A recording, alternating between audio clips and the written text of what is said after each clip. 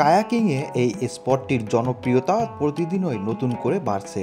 অলস বিকেলের পরন্ত সূর্যের আলোতে সাশ্রয়ী মূল্যের মধ্যে লেকের পানিতে ভেসে বেড়ানো হোক বা ঢাকার নতুন আকর্ষণ মেট্রো রেলের ছুটে যাওয়ার দৃশ্য, সব মিলিয়ে মন ও চোখ দুয়ের জন্যই রাজধানীর উত্তরার দিয়াবাড়িতে অবস্থিত এই জায়গাটি অনেক বেশি উপভোগ্য।